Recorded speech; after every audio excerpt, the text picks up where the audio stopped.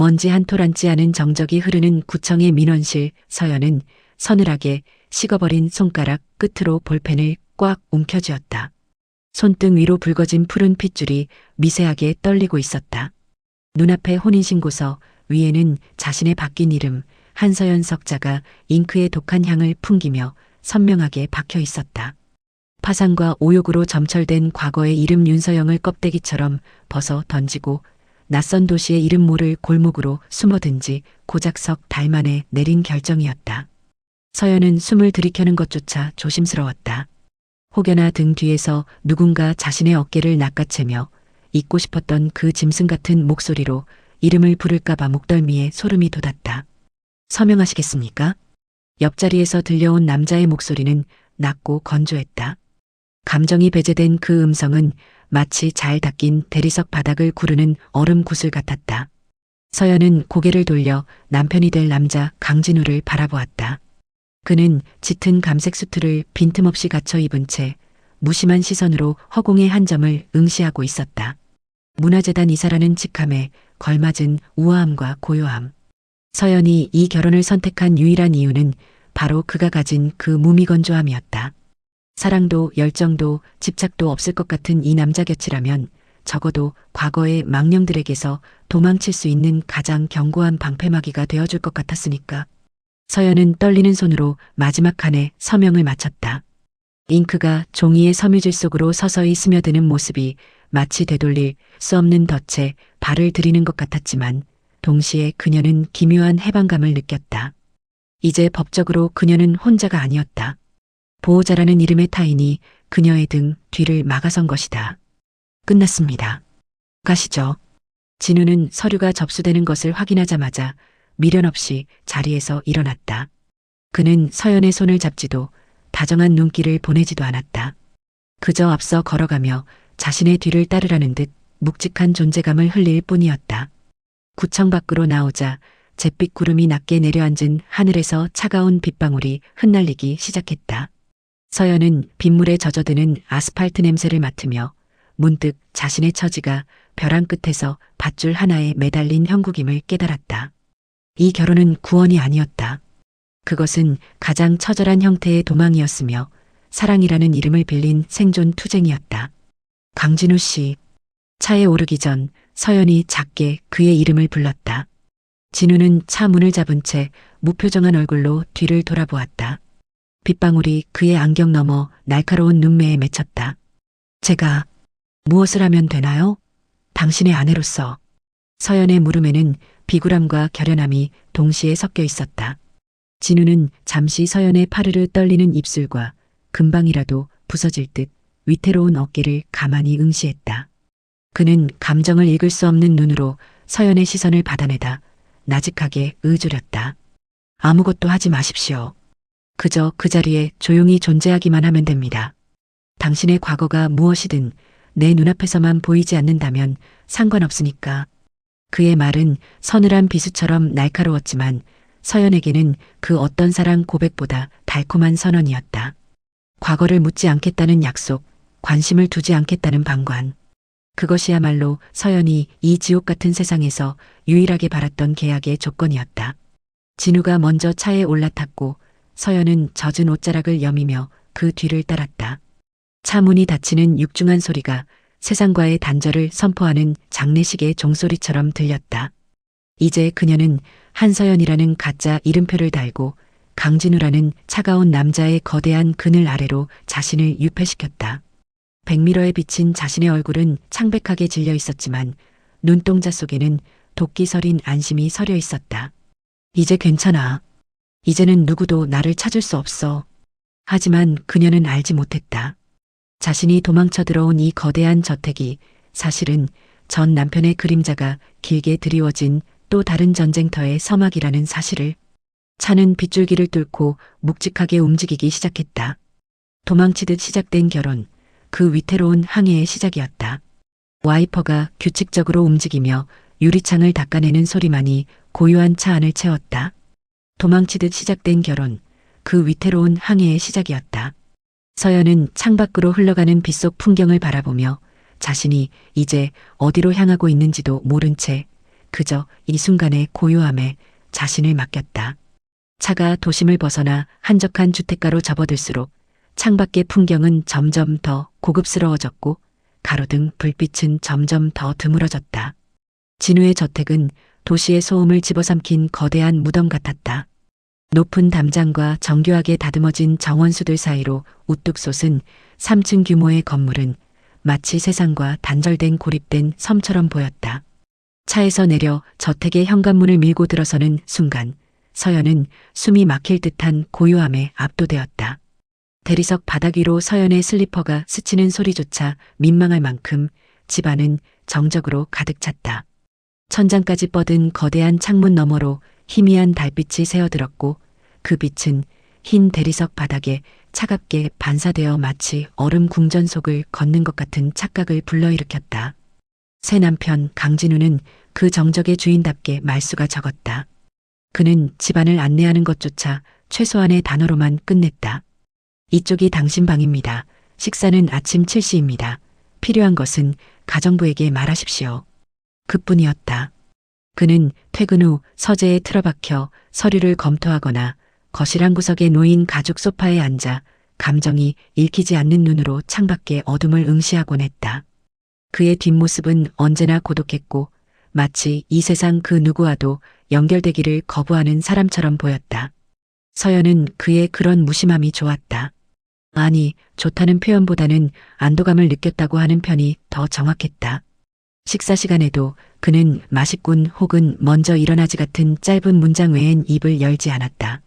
긴 식탁 양쪽 끝에 앉아 각자의 식사를 하는 동안 포크와 나이프가 접시에 닿는 소리, 물을 마시는 소리만이 그들 사이의 공간을 채웠다. 질문도 요구도 무엇보다 그녀의 과거를 헤집으려는 시도조차 없었다. 전 남편이 숨소리 하나까지 통제하며 그녀의 일거수일투족에 광기 어린 집착을 보였던 것과는 천양지판이었다. 저택의 복도를 걸을 때마다 서연은 과거의 기억이 불현듯 떠오르곤 했다. 휴대폰을 검사당하고 외출할 때마다 어디 가는지 누구를 만나는지 추궁받던 그 숨막히는 날들. 밤마다 어깨를 움켜쥐고 흔들어대며 의심의 눈초리로 그녀를 훑어보던 그 짐승 같은 시선들. 그러나 이곳에서 진우는 그녀가 하루 종일 무엇을 하든 어디에 있든 묻지 않았다. 진우가 보여주는 이 서늘한 거리감이야말로 서연에게는 세상에서 가장 안전한 보호막이었다. 그녀는 넓은 저택 안을 혼자 배회하며 2층 창가에 앉아 정원을 내려다보기도 하고 거실 한쪽에 놓인 책장의 책들을 꺼내 읽기도 했다. 그 어떤 간섭도 질문도 시선도 없었다. 그녀는 그가 차려놓은 이 정교한 무관심 속에서 비로소 도망자의 가쁜 숨을 고를 수 있었다. 밤이 깊어지면 창밖으로 들려오는 바람 소리조차 부드럽게 느껴졌고 침대에 누워 천장을 바라볼 때마다 그녀는 생각했다. 여기서라면 나는 살아남을 수 있을지도 몰라. 그리고 그 생각은 진우가 그녀에게 제안한 작은 일자리로 인해 더욱 확고해졌다. 그는 조용히 강요하지 않는 방식으로 재단 산하 도서관에 계약직 사서 자리를 제안했고 서연은 그것이 자신에게 필요한 것임을 직감적으로 알았다. 집 밖의 공간, 자신만의 시간, 그리고 무엇보다 과거로부터 더 멀어질 수 있는 일상의 리듬. 서연의 세상은 이제 낡은 종이 냄새와 정갈하게 배열된 서가 사이로 좁혀졌다. 진우의 배려로 재단 산하 도서관의 계약직 사서로 일하게 된 그녀는 책장 사이의 좁은 통로에서만 비로소 안온함을 느꼈다. 오래된 책들이 풍기는 은은한 향기는 마치 시간이 멈춘 듯한 착각을 불러일으켰고 창문 너머로 스며드는 부드러운 햇살은 먼지 입자들을 황금빛으로 물들이며 서가 사이를 따스하게 감쌌다. 그리고 발걸음이 닿을 때마다 나직하게 삐걱거리는 나무 바닥의 소리는 마치 이 공간이 그녀의 존재를 조용히 인정해주는 것처럼 느껴졌다. 이 모든 것이 서연에게는 세상과 단절된 안전한 피난처처럼 느껴졌다. 십진분류법에 따라 제자리를 찾아가는 책들처럼 자신의 삶도 이대로 이름 없는 번호 뒤에 숨어 평온해지길 바랐다. 도서관은 고요했다. 높은 천장과 아치형 창문이 만들어내는 웅장한 공간 속에서 시간은 천천히 거의 감지할 수 없을 만큼 느리게 흘러갔다. 방문객도 드물었고 대부분은 학술 자료를 찾으러 오는 연구자들이거나 조용히 책을 읽으러 오는 노인들 뿐이었다. 서연은 카운터 뒤에 앉아 반납된 책들을 분류하고 서가를 정리하고 때때로 먼지를 털어내며 하루를 보냈다. 그녀의 손끝이 책등을 훑을 때마다 낡은 가죽 표지의 거친 질감이나 매끄러운 코팅지의 촉감이 전해졌다. 책장을 넘길 때 나는 바스락거리는 소리, 책을 선반에 꽂을 때의 둔탁한 소리, 책장 사이를 걸을 때 바닥에서 울려 퍼지는 발소리. 그 감각들은 그녀에게 현실을 상기시키는 동시에 과거로부터 멀어지고 있다는 안도감을 주었다. 그녀에게 과거는 서가 맨 뒤 사람들의 손이 닿지 않는 폐기 도서 구역과 같았다. 절대 꺼내보지 않고 먼지가 쌓이도록 방치해야만 하는 영역. 도서관 지하 보관소에는 더 이상 대출되지 않는 낡고 손상된 책들이 쌓여 있었는데 그곳은 형광등조차 제대로 작동하지 않아 항상 어둑어둑했다. 서연은 가끔 그곳에 내려가 정리 작업을 하면서 그 어두컴컴한 공간이 자신의 과거와 닮았다고 생각했다. 희미한 전구 불빛 아래 곰팡이 냄새가 희미하게 풍기는 그곳에서 그녀는 낡은 책들을 상자에 담으며 속으로 되뇌었다. 손가락 끝에 묻은 먼지가 하얗게 일어나고 오래된 종이가 바스락거리는 소리가 고요한 지하실에 울려 퍼질 때마다 서연은 다짐했다. 이렇게 묻어두면 돼. 아무도 찾지 않을 곳에. 책장 깊숙이 손을 집어넣어 책을 정리할 때마다 서연은 자신이 과거로부터 영원히 단절되었다고 믿고 싶었다. 손가락 끝에 묻은 먼지를 털어내고 책등을 가지런히 맞추고 분류 번호를 확인하는 그 모든 반복적인 행위들이 그녀에게는 일종의 의식처럼 느껴졌다. 마치 과거의 흔적을 하나하나 지워나가는 것 같은, 새로운 정체성을 쌓아 올리는 것 같은 안정감을 주었다. 그녀는 책장 앞에 무릎을 꿇고 앉아 낮은 선반의 책들을 정리하면서 창밖으로 스쳐 지나가는 구름을 바라보곤 했다. 흰 구름들이 푸른 하늘을 가로질러 천천히 흘러가는 모습은 평화로웠고 그 구름들처럼 자신의 과거도 흘러가 사라지기를 간절히 바랐다. 퇴근길 저녁 노을이 지는 도서관 계단을 내려오며 그녀는 다짐했다. 서쪽 하늘이 붉고 오렌지빛으로 물들어가고 그 색채들이 구름의 가장자리를 황금빛으로 테두리 지을 때 차가운 저녁 공기가 뺨을 스치는 그 순간 서연은 가방끈을 꽉 움켜쥐며 자신에게 속삭였다. 이 평화를 깨뜨릴 그 어떤 책장도 다시는 넘기지 않겠노라고. 도서관 입구의 가로등에 불이 하나둘 켜지기 시작하고 거리에는 퇴근하는 사람들의 발걸음 소리가 울려 퍼졌다. 자동차 경적 소리, 상점 문이 열리고 닫히는 소리, 멀리서 들려오는 아이들의 웃음소리. 그 평범한 일상의 소음들이 서연을 감쌌다. 서연은 그 평범한 일상의 소음 속에 자신을 숨긴 채 진우의 저택으로 돌아가는 버스에 몸을 실었다. 버스 창가에 앉아 창밖으로 흘러가는 도시의 불빛들을 바라보며 그녀는 이 조용하고 무심한 일상이 영원히 계속되기를 바랐다. 가로등 불빛이 창문을 스치고 네온사인들이 어둠 속에서 깜빡이며 사람들이 인도를 바쁘게 오가는 모습이 영화의 한 장면처럼 지나갔다. 아무 일도 일어나지 않는, 아무도 그녀를 찾지 않는 그저 평범하고 고요한 나날들이 이어지기를.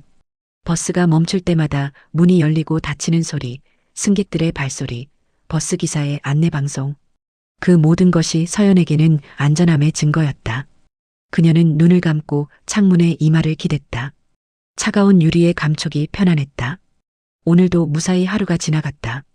그것만으로 충분했다.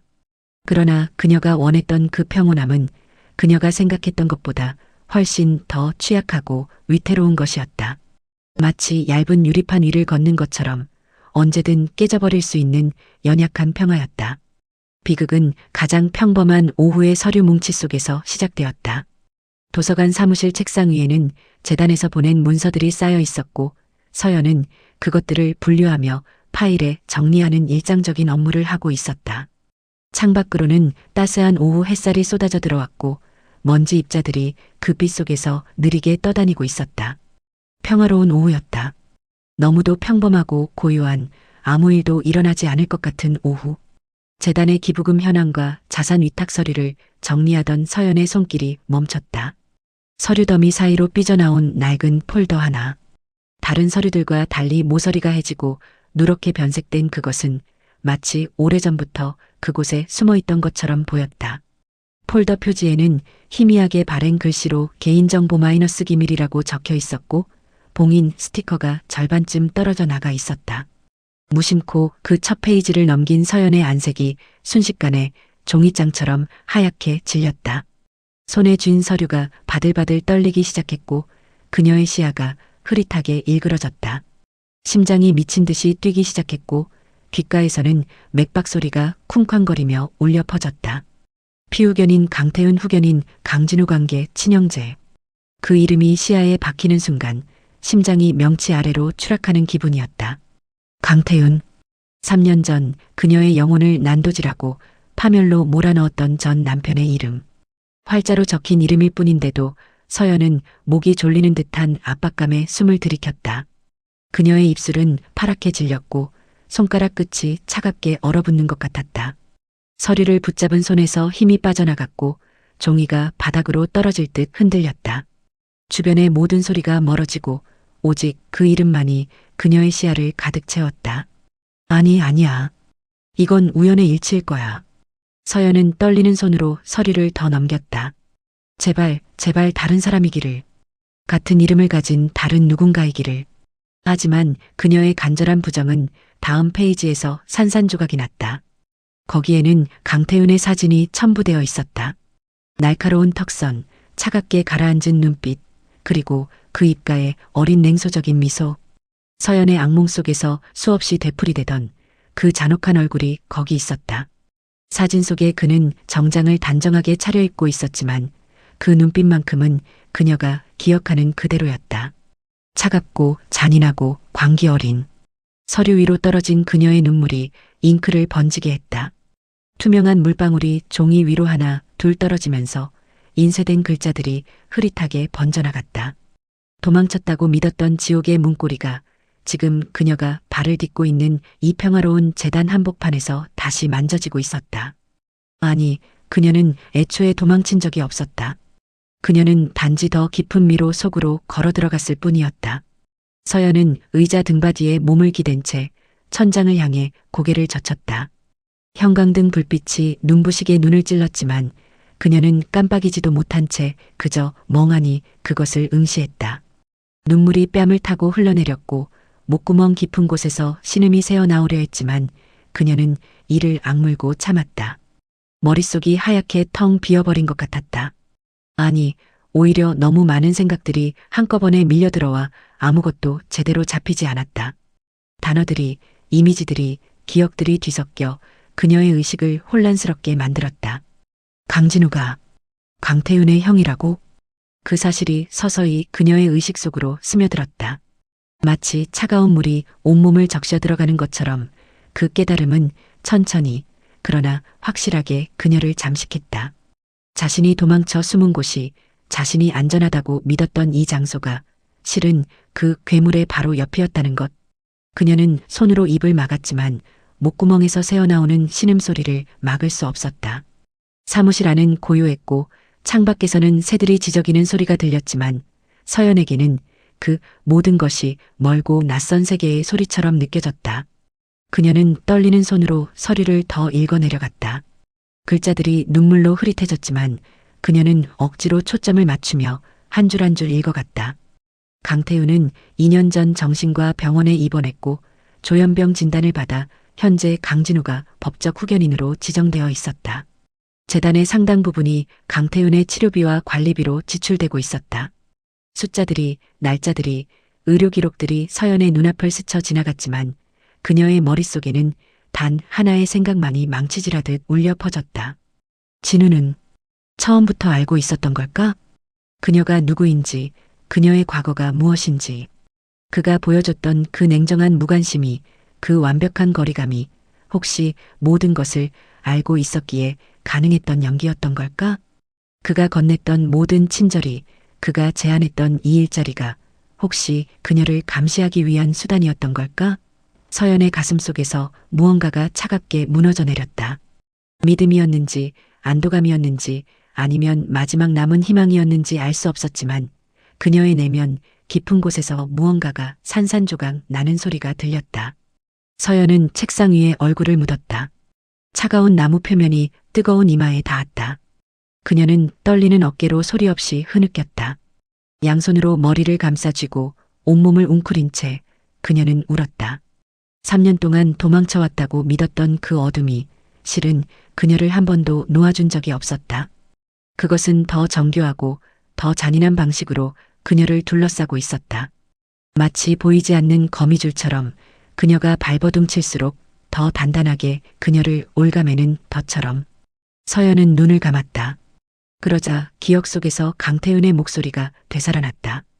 그 낮고 위협적인 그녀의 영혼을 얼어붙게 만들었던 목소리가 귓가에 속삭이듯 그러나 명령하듯 울려 퍼지는 그 목소리. 넌 절대 나한테서 도망칠 수 없어. 밖에서는 누군가 화장실 문을 여는 소리가 들렸다. 발걸음 소리, 수도꼭지를 트는 소리, 물이 흐르는 소리. 서연은 숨을 죽이고 그 소리들이 사라지기를 기다렸다. 그녀는 이 좁은 칸막이 안에서 세상으로부터 숨은 채 무너져 내리는 자신을 간신히 붙들고 있었다. 과거는 죽지 않았다. 그것은 단지 잠들어 있었을 뿐이었고 이제 다시 깨어나 그녀를 향해 다가오고 있었다. 그리고 그녀는 알아야 했다. 진실을. 아무리 두렵다 해도 아무리 피하고 싶다 해도 이제 더 이상 도망칠 곳은 없었다. 서연은 떨리는 다리로 일어섰고 비틀거리는 걸음으로 세면대 앞에 섰다. 수도꼭지를 틀자 차가운 물이 쏟아져 나왔고 그녀는 두 손으로 물을 받아 얼굴을 씻었다. 얼음처럼 차가운 물이 뺨을 적시고 눈꺼풀을 스치고 입술을 타고 흘러내렸다. 차가운 물로 얼굴을 씻은 뒤 거울 속 창백한 자신을 바라보았다. 거울 속에 그녀는 낯설었다. 눈은 붉게 충혈되어 있었고 얼굴은 종이처럼 하얗게 질려 있었으며 입술은 피가 마른 듯 갈라져 있었다. 그리고 결심했다. 오늘 밤 강진우에게 물어보겠다고. 설령 그 대답이 자신을 완전히 무너뜨릴지라도 더 이상 불확실함 속에서 살 수는 없었다. 진실이 아무리 잔인하다 해도 모르는 것보다는 나았다. 그날 저녁 저택의 거실은 평소보다 더 차가운 공기가 감돌았다. 거대한 샹들리에에서 쏟아지는 은은한 불빛은 대리석 바닥에 차갑게 반사되었고 그 빛은 마치 얼음 조각들처럼 날카롭게 흩어졌다. 창밖으로는 어둠이 깊게 내려앉아 있었고 멀리서 들려오는 바람 소리만이 고요한 저택의 정적을 깨뜨렸다. 서연은 현관문을 열고 들어서는 순간부터 온몸이 굳어버린 것 같았다. 문손잡이를 잡은 손에서 땀이 배어 나왔고 심장은 불규칙하게 요동쳤다. 그녀의 발걸음은 무겁고 느렸으며 슬리퍼가 바닥을 스치는 소리조차 떨리고 있었다. 한 걸음 한 걸음 내디딜 때마다 그녀는 단두대를 향해 걸어가는 사형수 같은 기분이 들었다. 서연이 차마 입을 떼지 못하고 진우의 뒷모습만 응시하고 있을 때 서재 의자에 앉아있던 그가 천천히 고개를 돌렸다. 그는 언제나처럼 짙은 회색 가디건을 걸친 채 한 손에는 와인 잔을 들고 있었다. 붉은 와인이 크리스털 잔 속에서 은은하게 빛났고 그 색깔은 마치 응고된 피처럼 짙었다. 얇은 테 안경 너머로 보이는 그의 눈은 마치 모든 것을 예견했다는 듯 평온하고도 서늘했다. 그 시선이 서연을 향해 고정되는 순간 그녀는 자신의 내면이 투명하게 들여다보이는 것 같은 기분이 들었다. 마치 X선처럼 그의 시선이 그녀의 피부를 뚫고 뼈를 관통하고 영혼 깊숙한 곳까지 파고드는 것 같았다. 그 사람이 당신의 전 남편이라는 것 알고 있습니다. 진우의 낮은 목소리가 정적을 깼다. 그 말은 질문이 아니었다. 확언이었다. 마치 오래전부터 알고 있었던 사실을 이제야 밝히는 것처럼 그의 목소리는 담담했다. 서연은 숨이 멎는 것 같았다. 그녀의 입술이 파르르 떨렸고 목구멍이 바짝 말라붙어 아무 소리도 나오지 않았다. 무릎에 힘이 풀려 그 자리에 주저앉을 것 같았지만 그녀는 간신히 버티며 서 있었다. 그의 얼굴에는 어떤 감정의 동요도 없었다. 마치 날씨에 대해 이야기하듯 지극히 담담한 어조였다. 그는 당황하는 서연을 향해 서류 한 장을 밀어놓았다. 무거운 참나무 책상 위를 미끄러지듯 다가온 그 서류는 희미한 조명 아래서 창백하게 빛났고 위에는 서연의 과거가 낱낱이 기록되어 있었다. 본명 윤서영, 결혼 날짜, 이혼 날짜, 파산 기록, 그리고 개명 신청서 사본까지. 모든 것이 거기 있었다. 그녀가 지우고 싶었던 모든 것, 묻어버리고 싶었던 모든 것이 그 종이 위에 깔끔하게 정리되어 있었다. 서연의 시야가 흐릿해졌고 그녀는 그 서류를 응시하며 입술을 깨물었다. 입안에서 철맛이 났다. 당신이 이 집에 들어오기 전부터, 아니, 당신이 이름을 바꾸고 숨어 지내던 그 순간에도 나는 당신의 궤적을 보고 있었습니다. 진우는 와인 잔을 천천히 입가에 가져가 한 모금 마셨다. 그의 목구멍이 움직이는 것이 보였고 잔을 내려놓을 때 유리가 나무 책상에 닿는 작은 소리가 들렸다. 그의 움직임은 우아했고 절제되어 있었으며 그 어떤 서두름도 없었다. 그것은 고백이라기보다는 선언에 가까웠다. 마치 오래전부터 정해진 대본을 읽어내려가는 것처럼 그는 냉정하게 사실들을 나열했다. 서연은 깨달았다. 가슴 깊은 곳에서부터 차가운 전율이 밀려왔다. 온몸에 혈액이 얼어붙는 것 같았고 심장이 천천히 무겁게 뛰기 시작했다. 자신이 선택한 이 무심한 남자가 사실은 그녀의 가장 추악한 비밀을 처음부터 손바닥 위에 올려두고 관찰해왔다는 사실을, 그가 보여줬던 그 완벽한 무관심이, 그 냉정한 거리감이 모두 계산된 것이었다는 깨달음이 그녀를 관통했다. 마치 칼날이 가슴을 꿰뚫는 것처럼 그 깨달음은 날카롭고 차갑게 그녀를 베었다. 왜? 서연의 목소리는 갈라져 나왔다. 그녀는 떨리는 손으로 자신의 목을 감싸쥐었다. 목구멍이 조여오는 것 같았고 숨을 쉬는 것조차 고통스러웠다. 공기가 목을 타고 내려갈 때마다 날카로운 통증이 느껴졌다. 왜 저와 결혼하신 겁니까? 모든 걸 알고 계셨다면. 왜? 그녀의 눈에서 눈물이 흘러내렸다. 투명한 물방울이 뺨을 타고 턱 끝으로 떨어졌고 대리석 바닥 위에 작은 얼룩을 만들었다. 그 얼룩이 천천히 퍼져나가는 것이 보였다. 진우는 그녀의 눈물을 무표정하게 바라보았다. 그의 눈빛에는 동정도 죄책감도 없었다. 단지 차가운 관찰자의 시선만이 있을 뿐이었다. 마치 현미경 아래의 표본을 관찰하는 과학자처럼. 당신이 필요했기 때문입니다. 진우가 천천히 입을 열었다. 그는 와인 잔을 책상 위에 내려놓고 손가락을 깍지 낀 채 서연을 바라보았다. 그의 손가락들은 길고 가늘었으며 완벽하게 맞물려 있었다. 강태훈의 법적 후견인으로서 나는 그의 과거를 정리해야 할 의무가 있습니다. 당신은 그 과거의 가장 중요한 증인이자 동시에 가장 위험한 변수였습니다. 서연의 다리가 휘청거렸다. 그녀는 벽에 손을 짚고 간신히 몸을 지탱했다. 차가운 벽의 감촉이 손바닥에 전해졌고 그녀는 그 냉기에 매달리듯 벽을 붙잡았다. 진우의 말은 계속되었다. 마치 사업 보고서를 낭독하듯 감정 없는 목소리로. 당신을 내 곁에 두는 것이 당신을 관리하는 가장 확실한 방법이었습니다. 그리고 그가 잠시 말을 멈추고 서연을 응시했다. 그 시선 속에는 뭔가 다른 것이 스쳐 지나갔다. 고뇌인지 후회인지 아니면 다른 무언가인지 알 수 없는 감정의 파편이 그의 눈 속에서 반짝였지만 너무 빨라서 서연은 그것이 무엇인지 알아챌 수 없었다. 당신을 보호하는 방법이기도 했습니다. 그 마지막 문장은 이상하게도 다른 어조로 들렸다. 조금 더 낮고 조금 더 무거웠다. 마치 고백처럼 아니면 변명처럼. 하지만 서연에게는 그 모든 말들이 칼날처럼 느껴졌다.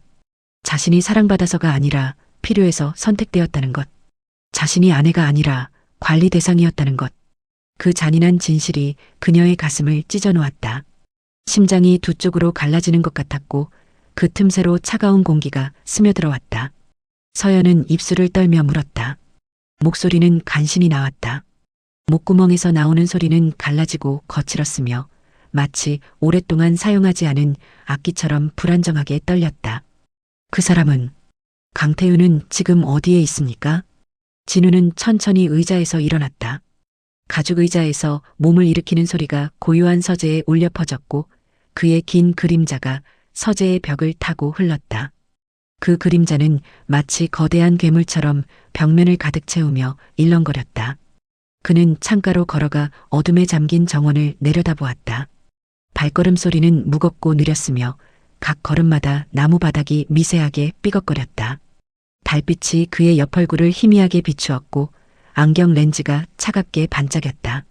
그의 얼굴은 반은 빛 속에, 반은 어둠 속에 있었고 그 대비는 그를 더욱 알 수 없는 존재로 만들었다.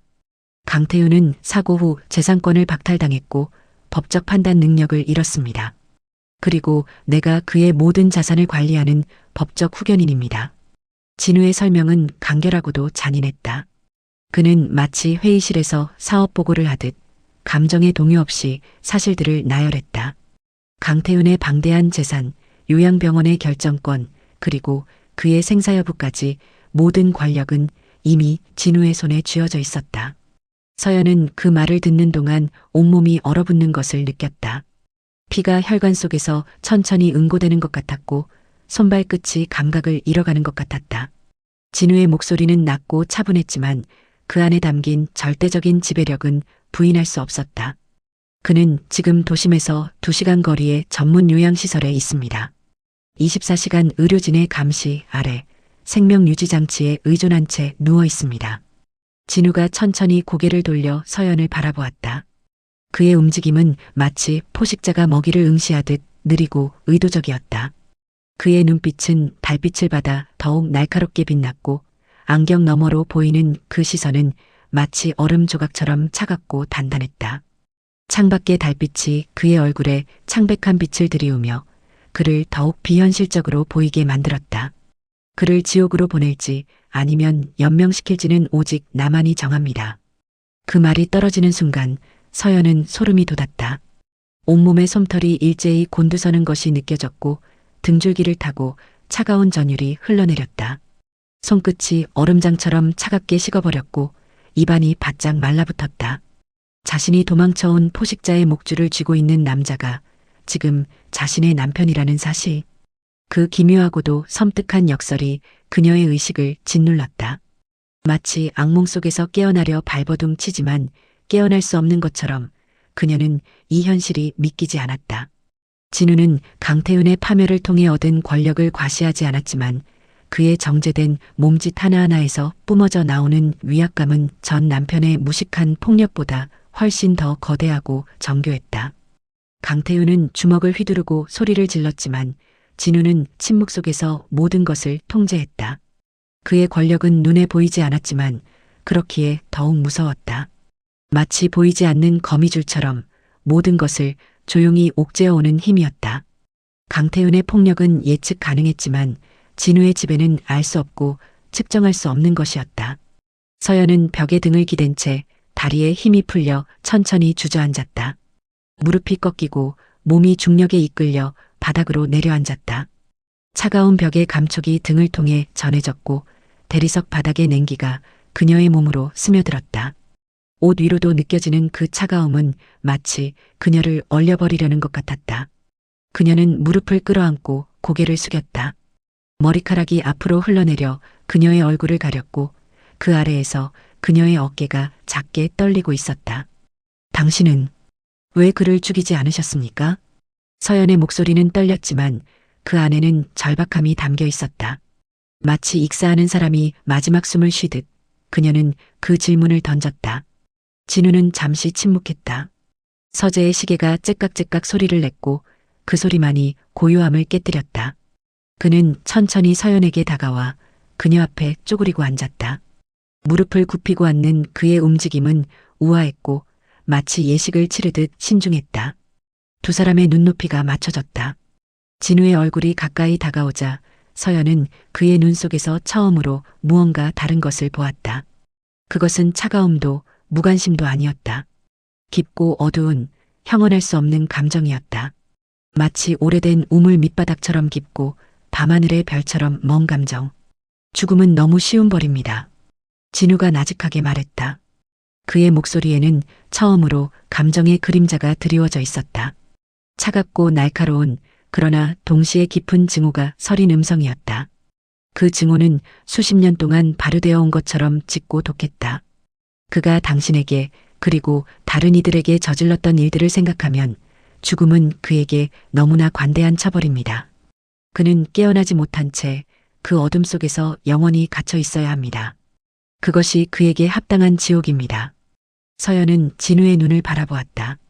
그녀의 시야가 눈물로 흐려졌지만 그래도 그의 눈을 똑바로 응시했다. 그 눈 속에는 자신이 알지 못했던 무언가가 숨어 있었다. 강태은에 대한 증오. 그것은 단순한 형제간의 갈등이 아니었다. 더 깊고 더 오래되고 더 어두운 무언가였다. 오래된 상처의 냄새가 그 눈빛에서 풍겨나왔다. 서연은 깨달았다.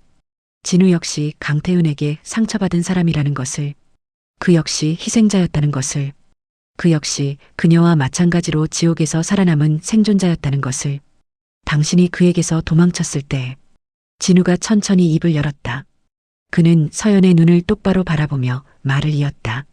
그의 눈빛이 조금 부드러워졌고 목소리에는 이전에 없던 온기가 스며들었다. 나는 당신의 궤적을 추적했습니다. 당신이 이름을 바꾸고 도시를 떠나고 낯선 곳에 숨어들었을 때 나는 당신이 안전한지 확인했습니다. 멀리서 당신이 알아채지 못하도록. 서연의 눈이 커졌다. 눈물에 젖은 속눈썹이 떨렸고 입술이 벌어졌다. 그녀는 입술을 떨며 진우를 바라보았다. 그의 얼굴에는 여전히 감정의 동요가 거의 없었지만 목소리만큼은 이전과 달랐다. 조금 더 부드럽고 조금 더 인간적이었다. 마치 오랫동안 닫혀있던 문이 살짝 열리는 것 같았다.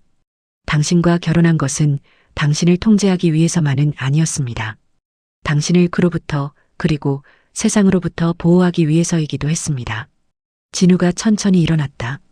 그는 서연에게 손을 내밀었다. 그 손은 차갑고 단단해 보였지만 동시에 어딘가 떨리는 것처럼 보였다.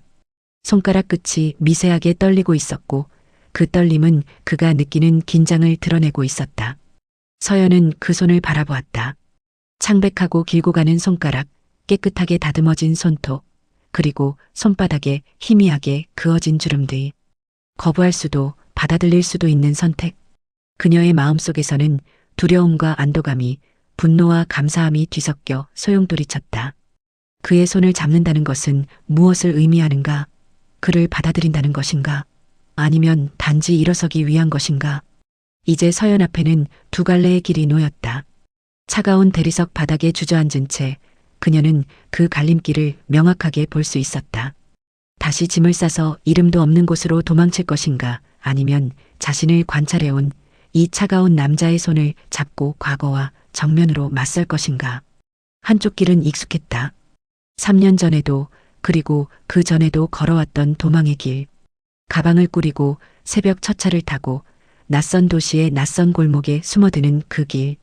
하지만 다른 쪽 길은 알 수 없었다. 어두웠고 위험해 보였지만 동시에 그 끝에 무언가 다른 것이 있을 것 같았다. 진우는 재촉하지 않았다. 그는 손을 내민 채 그대로 서 있었고 그의 얼굴에는 조급함도 기대도 없었다. 그는 서재 문을 열어둔 채 서연이 스스로 걸어 들어오기를 기다릴 뿐이었다.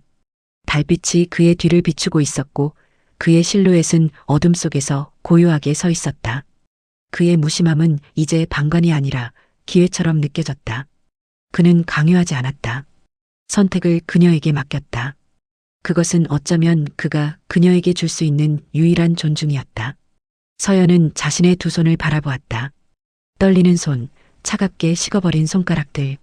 그 손으로 그녀는 수없이 가방을 쌌고 문을 닫았고 뒤돌아보지 않고 달렸다.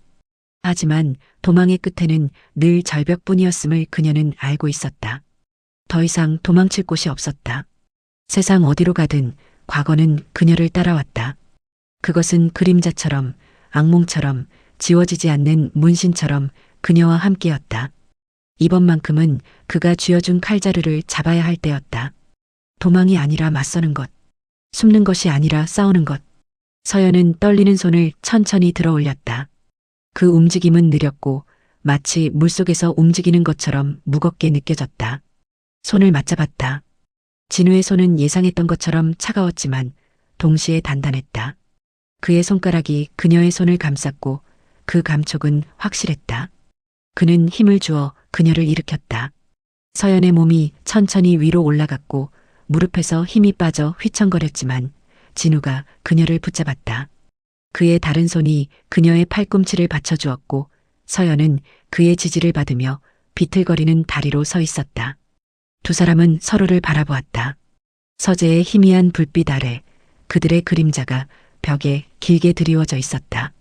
서연의 얼굴은 여전히 창백했고 눈은 붉게 충혈되어 있었지만 그 눈빛 속에는 이전과 다른 무언가가 자리 잡고 있었다. 결의. 아니, 결이라기보다는 각오에 가까웠다. 더 이상 도망치지 않겠다는, 이제는 맞서겠다는 조용한 다짐. 진우는 그녀의 손을 놓지 않았다. 그는 잠시 그녀의 눈을 바라보다 천천히 고개를 끄덕였다. 그것은 승인도 위로도 아니었다. 단지 이해의 표시였다. 그는 그녀의 선택을 받아들였다. 그리고 그 순간 서연은 깨달았다. 이 남자는 자신의 적이 아니라는 것을. 그는 복잡하고 차갑고 알 수 없는 사람이었지만 적어도 그는 자신을 해치려 하지 않았다. 오히려 그는 그녀에게 무기를 쥐어주려 하고 있었다. 내일. 진우가 나직하게 말했다. 내일 당신이 원한다면 그를 보러 갈 수 있습니다. 요양원에. 당신이 직접 확인하고 싶다면. 그의 제안은 예상치 못한 것이었다. 서연의 눈이 커졌다. 강태윤을 보러 간다는 것. 그 생각만으로도 온몸이 얼어붙는 것 같았지만 동시에 그녀는 그것이 필요하다는 것을 알았다. 확인해야 했다. 그가 정말로 무력한 상태인지 더 이상 자신을 위협할 수 없는지. 그래야만 진정으로 자유로워질 수 있을 것 같았다. 생각해 보겠습니다. 서연이 가까스로 대답했다. 목소리는 여전히 떨렸지만 이전보다는 조금 더 단단했다. 진우는 고개를 끄덕이고 그녀의 손을 놓았다. 서연은 자신의 손을 내려다보았다. 그의 손이 닿았던 곳이 아직도 따뜻했다. 그 온기가 천천히 식어가는 것을 느끼며 그녀는 깊은 숨을 들이켰다. 오늘은 쉬십시오. 진우가 말했다. 그는 서재 문을 향해 고개를 돌렸고 그 말은 그녀를 배려하는 것이었다. 서연은 고개를 끄덕이고 천천히 서재를 나왔다. 복도를 걸으며 그녀는 자신의 발걸음 소리를 들었다. 슬리퍼가 대리석 바닥을 스치는 소리. 그 소리는 이전보다 조금 더 무겁게, 조금 더 확실하게 들렸다. 그녀는 더 이상 도망자가 아니었다. 적어도 오늘 밤부터는. 자신의 방에 들어가 문을 닫은 뒤 서연은 침대에 앉았다. 창밖으로 달이 떠 있었고 그 빛이 방 안을 은은하게 비추고 있었다. 그녀는 손을 펴서 달빛 속에 내밀었다. 손바닥 위로 달빛이 쏟아졌고 그 빛은 차갑고 부드러웠다. 서연은 눈을 감았다. 내일이 오면 그녀는 새로운 선택을 해야 할 것이다. 하지만 오늘 밤만큼은 그저 이 고요함 속에서 쉬고 싶었다. 처음으로 오랜만에 그녀는 조금 덜 두려웠다. 하지만 그 평화는 너무도 짧았다. 정적을 깬 것은 발신번호 표시 제한으로 걸려온 한 통의 전화였다. 침대 옆 탁자 위에 놓인 휴대폰이 갑자기 진동하기 시작했고 그 떨림이 나무 표면을 타고 울려 퍼졌다. 화면에는 발신번호 표시 제한이라는 문구만이 차갑게 빛나고 있었다. 서연은 그것을 바라보았다. 심장이 다시 빠르게 뛰기 시작했고 방금 전까지 느꼈던 평온함이 순식간에 증발해버렸다. 진동은 계속되었고 그 소리는 고요한 방 안에서 마치 경보음처럼 시끄럽게 울렸다. 떨리는 손으로 전화를 집어들었다. 왜인지 모르게 그녀는 이 전화를 받아서는 안 된다는 것을 직감적으로 알았다. 하지만 그녀의 손가락은 이미 통화 버튼을 누르고 있었다. 전화를 받자마자 들려오는 비릿한 숨소리. 거칠고 불규칙하고 마치 오랫동안 병을 앓은 사람의 그것처럼 가래 끓는 소리가 섞여 있었다. 서연의 온몸이 얼어붙었다. 그 숨소리만으로도 그녀는 알 수 있었다. 전화기 너머에서 들려오는 그 소리는 3년 동안 그녀의 악몽을 지배했던 바로 그 목소리였다. 서영아, 이름 바꾸니까 살만해? 강진우 그 새끼 밑에서 좋더냐? 기적적으로 의식을 회복한 강태윤이었다. 그의 목소리는 예전과 달랐다. 더 거칠고 더 쉬었지만 그 안에 담긴 악의는 전혀 변하지 않았다. 오히려 더 독해진 것 같았다. 서연은 입을 다물 수 없었다. 턱이 떨렸고 입술이 바들바들 떨렸으며 목구멍이 조여와 숨을 쉴 수 없었다. 휴대폰을 쥔 손에서 땀이 배어나왔고 그 땀 때문에 전화기가 미끄러질 것 같았다. 비록 몸은 자유롭지 못해도 그는 남은 인맥과 돈을 동원해 서연의 위치를 알아냈다. 그가 어떻게 알아냈는지는 중요하지 않았다. 중요한 것은 그가 알고 있다는 사실, 그리고 그가 깨어났다는 사실이었다. 이어지는 집요한 문자들과 우회적인 위협. 서연이 전화를 끊자마자 휴대폰이 연속으로 진동하기 시작했다. 문자 알림이 하나, 둘, 셋, 끊임없이 화면을 채웠다. 과거에 그녀를 고립시킬 때 쓰던 지독한 말투가 휴대폰 액정을 타고 흘러넘쳤다. 넌 내 거야. 도망칠 수 없어. 다시 찾아가겠어. 내가 어디 숨든 찾아낼 거야. 그 문자들은 마치 살아있는 뱀처럼 화면 위에서 꿈틀거렸고 각 글자마다 독이 묻어 있는 것 같았다. 서연은 눈을 감았지만 그의 목소리는 뱀처럼 귓가를 파고들었다. 귀를 막아도 눈을 감아도 그 목소리는 사라지지 않았다. 그것은 그녀의 머릿속에 새겨져 끊임없이 되풀이되며 그녀를 괴롭혔다. 서연은 휴대폰을 침대 위에 내던졌다. 휴대폰은 이불 위로 떨어졌고 그래도 계속해서 진동했다. 빛나는 화면, 끊임없이 울리는 알림음. 서연은 두 손으로 귀를 막고 몸을 웅크렸다. 무릎을 가슴까지 끌어안고 머리를 숙이고 마치 포탄이 떨어지는 전쟁터에서 몸을 숨기듯 작게 움츠러들었다. 그녀의 온몸이 떨렸다.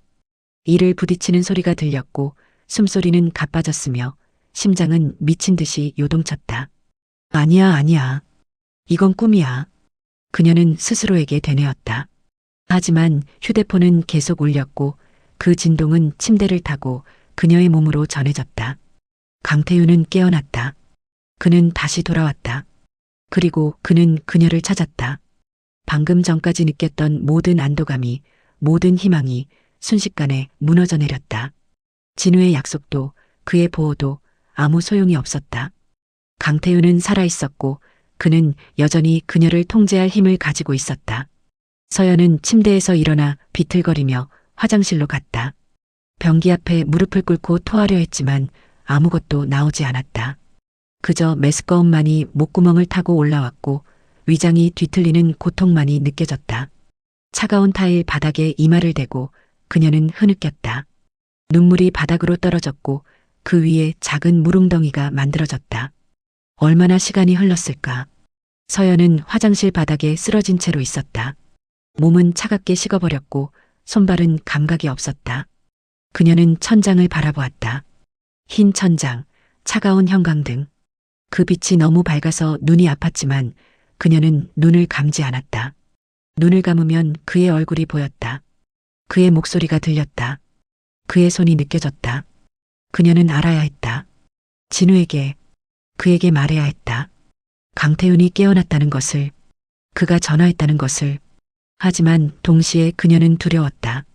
진우가 뭐라고 할까? 그는 자신을 지켜줄 수 있을까? 아니면 이제 그녀는 쓸모 없어진 걸까? 서연은 천천히 일어났다. 거울을 보았다. 거울 속에 그녀는 처참했다. 얼굴은 새하얗게 질려 있었고 눈은 공포로 가득 차 있었으며 입술은 피가 마른 듯 갈라져 있었다. 그녀는 세면대에 물을 틀고 얼굴을 씻었다. 차가운 물이 뺨을 타고 흘러내렸지만 그 공포는 씻겨 내려가지 않았다. 그리고 그녀는 결심했다. 진우에게 가야 한다고. 지금 당장. 더 이상 혼자 이것을 감당할 수 없었다.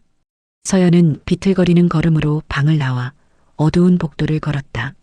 진우의 서재로 향하는 그 길은 끝없이 길게 느껴졌다. 복도의 벽에는 희미한 조명이 켜져 있었고 그 빛은 그녀의 그림자를 길게 늘어뜨렸다. 발걸음 하나하나가 무겁고 느렸으며 슬리퍼가 바닥을 스치는 소리만이 고요한 저택을 채웠다. 서재 문은 반쯤 열려 있었고 그 틈새로 따스한 불빛이 새어나오고 있었다. 서연은 문 앞에 멈춰섰다. 떨리는 손으로 문을 두드렸지만 소리는 너무 작게 나왔다. 그녀는 다시 한번 조금 더 세게 두드렸다. 들어오십시오. 진우의 목소리가 들렸다. 서연은 문을 밀고 들어갔다. 진우는 책상 앞에 앉아 서류를 검토하고 있었지만 서연이 들어오자 고개를 들었다. 그리고 그녀의 얼굴을 보는 순간 그의 표정이 미세하게 변했다. 눈썹이 살짝 찌푸려졌고 눈빛이 날카로워졌다. 무슨 일입니까? 그는 즉시 의자에서 일어났다. 서연은 입을 열려 했지만 목소리가 나오지 않았다.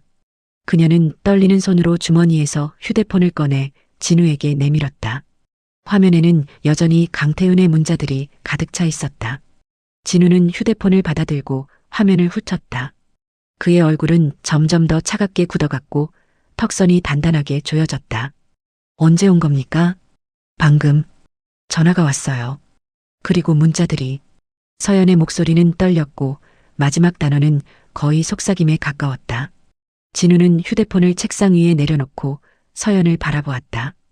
그의 눈빛 속에는 분노가 타오르고 있었다. 차갑고 절제되어 있지만 그 안에 숨겨진 격렬함을 부인할 수 없었다. 강태훈의 위협이 서연의 일상을 잠식하려던 찰나 진우가 처음으로 선을 넘었다. 그는 더 이상 관조하는 남편이 아니었다. 그는 즉시 휴대폰을 들어 전화를 걸었다. 한 통, 두 통, 세 통. 그의 목소리는 낮고 명료했으며 각 단어마다 명령이 담겨 있었다. 서연은 그가 통화하는 모습을 멍하니 바라보았다. 변호사, 병원 관계자, 그리고 이름을 알 수 없는 누군가에게. 그의 말은 간결했지만 그 안에 담긴 권력은 압도적이었다. 내 영역 안에서 소란 피우는 걸 좋아하지 않습니다. 진우가 마지막 통화를 마치며 차갑게 말했다. 그 말은 상대방에게 한 것이었지만 동시에 세상 전체에 대한 선언처럼 들렸다. 그는 전화를 끊고 책상 위에 휴대폰을 내려놓았다. 그리고 서연을 바라보았다. 그의 눈빛은 여전히 차갑고 날카로웠지만 그 안에는 보호하려는 의지가 확고하게 자리 잡고 있었다. 진우의 명령 한마디에 강태훈의 모든 자산은 동결되었고 그가 머물던 요양병원의 출입은 완벽히 통제되었다. 다음 날 아침이 되기도 전에 모든 것이 처리되었다. 강태훈의 은행 계좌는 동결되었고 신용카드는 정지되었으며 그가 접근할 수 있는 모든 금융자원이 차단되었다.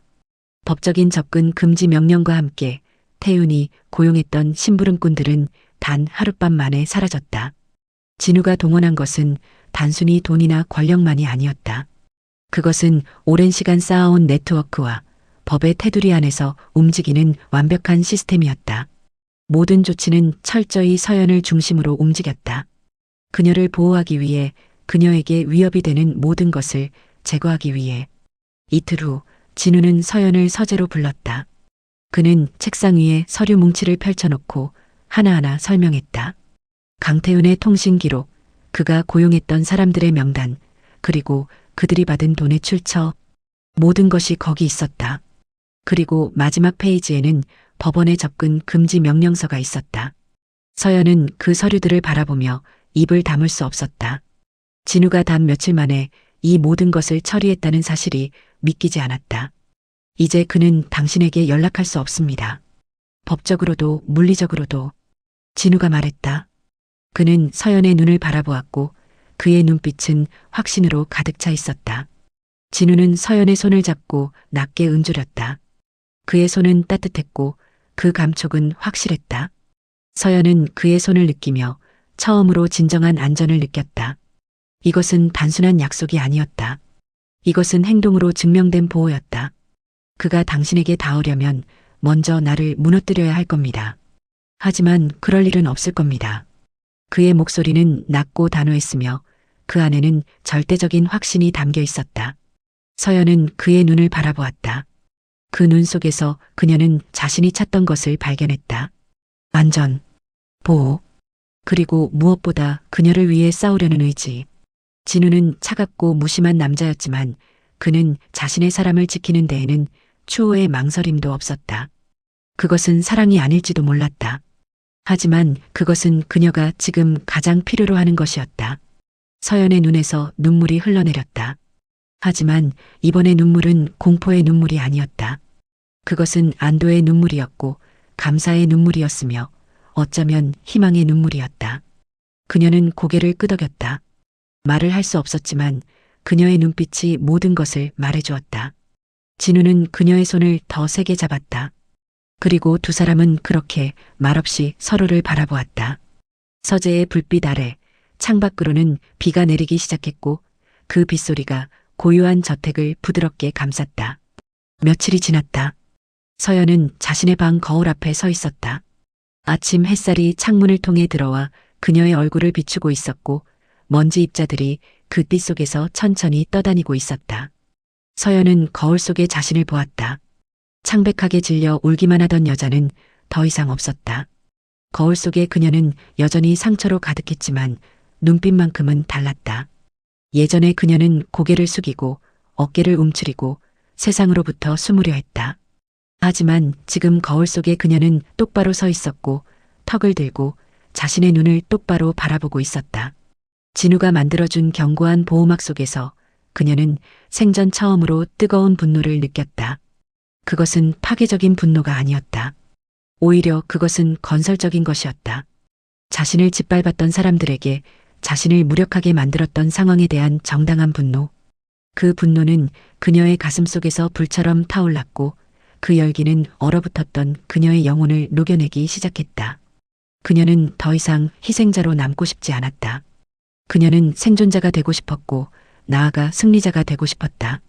이번엔 제가 도망치지 않겠습니다. 다음 날 아침 진우 앞에 선 서연의 목소리는 떨리지 않았다. 그들은 식탁 양쪽에 앉아 있었고 아침 햇살이 창문을 통해 쏟아져 들어와 흰 식탁볼을 환하게 비추고 있었다.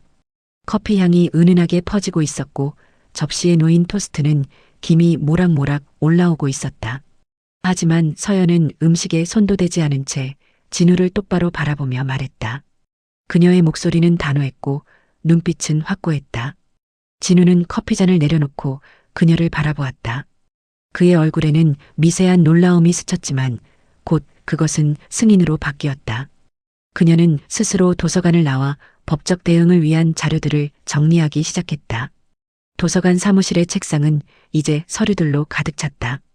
강태훈과의 결혼 기간 동안 겪었던 일들을 상세히 기록한 일지, 당시 병원 진료 기록, 그가 보냈던 협박 문자들의 스크린샷, 그리고 최근의 전화 녹음 파일까지. 서연은 하나하나 정리하며 날짜별로 분류하고 증거 능력이 있는 것들을 따로 표시했다. 그녀의 손은 떨리지 않았다. 오히려 각 서류를 넘길 때마다 그녀는 더 강해지는 것을 느꼈다. 이것은 단순히 증거를 모으는 것이 아니었다. 이것은 자신의 이야기를 되찾는 과정이었고 자신의 목소리를 되찾는 과정이었다. 눈물로 젖어있던 눈동자에는 서늘한 의지가 서렸다. 어느 날 오후 서연은 책상 앞에 앉아 펜을 들고 진술서를 작성하고 있었다. 창밖으로는 비가 내리고 있었고 빗방울이 유리창을 두드리는 소리가 들렸다. 그녀는 펜을 종이 위에 대고 천천히 글자를 써내려갔다. 저 윤서영은 2020년 6월부터 2023년 3월까지. 글자 하나하나가 선명하게 종이 위에 새겨졌다. 그녀의 손은 떨리지 않았고 글씨는 또렷했다. 과거를 회상하는 것은 여전히 고통스러웠지만 이제 그 고통은 그녀를 무너뜨리지 못했다. 오히려 그것은 그녀를 더 강하게 만들었다. 도망치는 것보다 더 확실한 구원은 공포의 대상을 자신의 손으로 직접 치워버리는 것이라는 사실을 그녀는 비로소 깨달았다. 그 깨달음은 어느 날 갑자기 찾아온 것이 아니었다. 그것은 진우의 보호 속에서 안전함을 느끼면서 천천히 싹트기 시작한 것이었다. 서연은 펜을 내려놓고 창밖을 바라보았다. 비는 여전히 내리고 있었고 하늘은 잿빛으로 흐려져 있었다. 하지만 그녀의 마음속에는 희망의 빛이 켜지기 시작했다. 그날 저녁 서연은 정리한 모든 자료를 진우에게 가져갔다. 두툼한 파일 2개, 그리고 USB 하나. 진우는 그것들을 받아들고 하나하나 훑어보았다. 그의 얼굴에는 처음으로 진심 어린 감탄이 스쳤다. 잘 정리하셨습니다. 그가 말했다. 서연은 고개를 끄덕였다. 변호사를 만나고 싶습니다. 강태윤을 상대로 민사소송을 제기하고 싶어요. 그리고 접근 금지 명령을 더 강화하고 싶습니다. 서연의 목소리는 확고했다. 진우는 그녀를 바라보았다. 그의 눈빛 속에는 존경에 가까운 무언가가 있었다. 내일 당장 준비하겠습니다. 진우가 대답했다. 그리고 그는 잠시 망설이다 서연의 손을 잡았다. 당신은 강합니다. 처음부터 그랬습니다. 단지 깨닫지 못하고 있었을 뿐입니다. 그의 말은 단순했지만 서연의 가슴 깊은 곳을 울렸다. 그녀는 눈물이 또다시 차오르는 것을 느꼈지만 이번에는 그것을 참지 않았다. 눈물이 뺨을 타고 흘러내렸지만 그녀는 미소 지었다. 그것은 그녀가 이 저택에 온 이후 처음으로 지은 진심 어린 미소였다. 창밖으로는 비가 그치고 구름 사이로 석양빛이 새어나오기 시작했다. 그 빛은 붉고 따뜻했으며 서재안을 황금빛으로 물들였다. 서연은 그 빛을 바라보며 생각했다. 폭풍은 지나갔다. 그리고 이제 새로운 시작이 기다리고 있었다. 하지만 그녀가 모르는 사이 새로운 폭풍이 다가오고 있었다. 궁지에 몰린 강태우는 진우를 협박하기 시작했다. 자산이 동결되고 병원에서의 자유가 박탈되고 모든 연락수단이 차단되자 그는 마지막 카드를 꺼내들었다. 진우가 후견인 지위를 이용해 자산을 횡령했다는 허위 사실을 유포하고 서연의 과거 신분과 파산 기록을 대중에게 터뜨리겠다고 으름장을 놓았다. 그는 요양원의 간호사를 매수해 몰래 휴대폰을 들여왔고 그것으로 언론사와 접촉하기 시작했다. 그의 협박 편지가 진우의 재단 사무실로 배달되었고 그 내용은 치밀하고 악랄했다. 어느 날 저녁 진우의 휴대폰에 태윤으로부터 전화가 걸려왔다. 진우는 서재에서 그 전화를 받았고 서연은 거실에서 책을 읽고 있었다. 하지만 서재 문이 열려 있었고 진우의 목소리가 복도를 타고 희미하게 들려왔다. 서연은 책을 내려놓고 귀를 기울였다. 강진우, 내가 지키려는 게 저 여자야. 아니면 내 재산이야? 태윤의 목소리는 전화기 너머로도 선명하게 들렸다. 그의 음성은 거칠고 비웃음으로 가득 차 있었다. 서연은 숨을 죽이고 그 대화를 들었다. 그녀의 손이 떨리기 시작했고 가슴속에서는 불안이 치밀어 올랐다. 진우가 자신 때문에 공경에 처할까봐, 그가 결국 자신을 포기할까봐 두려웠다. 태윤의 악다구니에 진우는 정면으로 맞섰다. 그는 이사회의 압박과 스캔들의 위험 속에서도 눈 하나 깜빡하지 않았다. 서연은 서재 문 밖에 서서 그 대화를 계속 들었다. 진우의 목소리는 낮고 차분했지만 그 안에 담긴 확고함은 부인할 수 없었다. 내가 가진 건 쓰레기 같은 욕심뿐이지만 내가 가진 건 권력이다. 그리고 그 권력은 오직 내 아내를 위해 사용될 거다. 진우의 말은 선언이었다. 그의 목소리에는 어떤 망설임도 두려움도 없었다. 오히려 그것은 전쟁을 선포하는 장군의 목소리 같았다.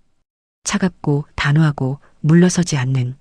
서연은 문틀에 손을 짚고 그 자리에 서 있었다. 눈물이 차올랐지만 동시에 가슴속에서는 뜨거운 무언가가 타오르기 시작했다. 내가 언론에 뭘 터뜨리든 법정에서 뭘 주장하든 상관없다. 나는 이미 모든 준비를 끝냈다. 내 횡령 주장은 회계 감사 결과로 반박될 것이고 서연의 과거는 그녀가 당한 피해의 증거일 뿐이다.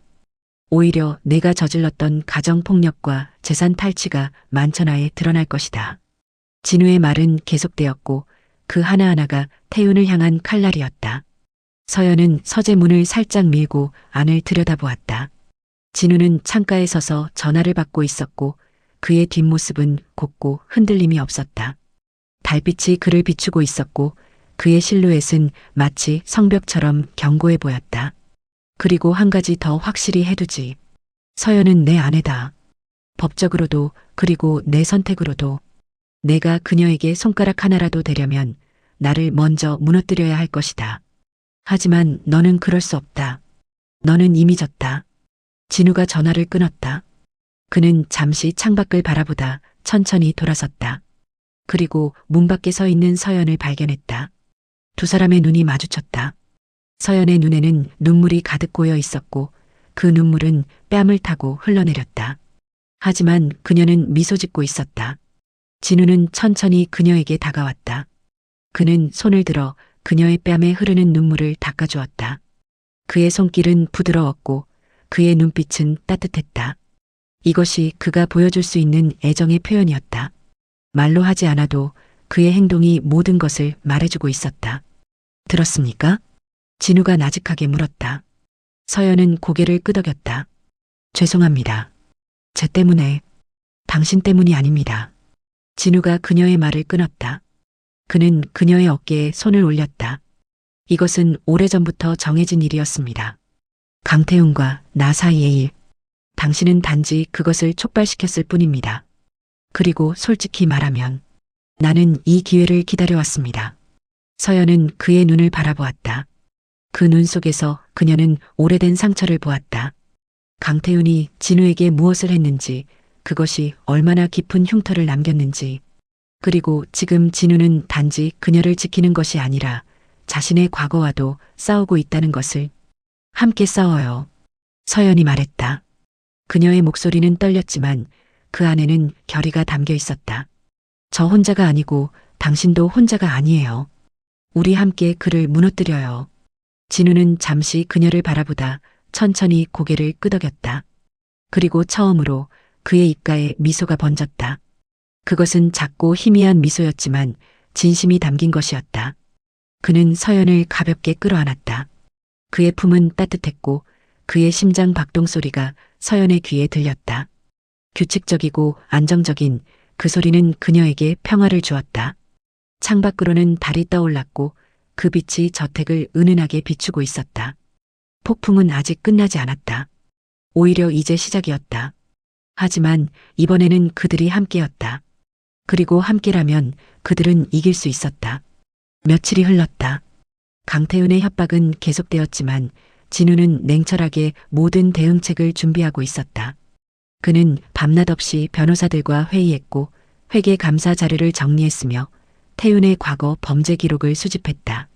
서연은 그의 곁에서 그 과정을 지켜보았고 때로는 함께 자료를 검토하기도 했다. 두 사람은 말없이 협력했고 그 침묵 속에서 그들 사이의 유대는 더욱 깊어져 갔다. 폭풍이 몰아치기 직전 어느 이른 아침이었다. 서재의 창문 너머로 새벽빛이 스며들고 있었고 하늘은 연보라빛과 주황빛이 뒤섞인 오묘한 색채로 물들어 있었다.